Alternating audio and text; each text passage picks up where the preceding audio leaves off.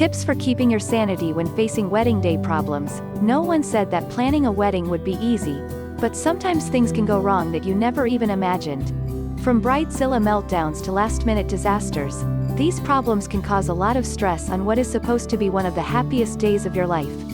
Make sure you are prepared for any possible issue that could arise on your wedding day, and have a plan B ready to go in case of emergency. Tips for keeping your sanity when facing wedding day problems. One of the most common wedding day problems is the bridezilla meltdown. The bride-to-be can get so caught up in the details and the stress of the day that she completely loses her cool. If you see this happening, try to step in and calm her down, or offer to take care of some of the tasks that are giving her anxiety.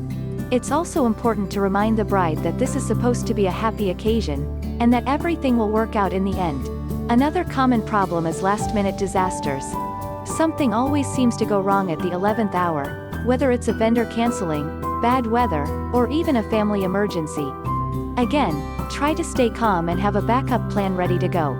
It's also a good idea to have a wedding day emergency kit on hand, just in case something does go wrong.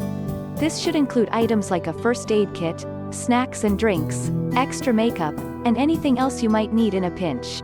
No matter what problems arise on your big day, try to stay calm and remember that this is supposed to be a happy occasion. With a little preparation and some help from your friends and family, you can get through anything. Is it normal to be unhappy on your wedding day? It's not unusual to feel a little bit anxious or even stressed on your wedding day. After all, this is a huge event that you've been planning for months, or even years, and there's a lot riding on it. However, if you find yourself feeling completely overwhelmed or unhappy on your big day, it might be time to take a step back and reassess your expectations. Maybe you're feeling disappointed because things aren't going exactly as you planned, or maybe you're just realizing that this isn't the fairy tale wedding you always dreamed of.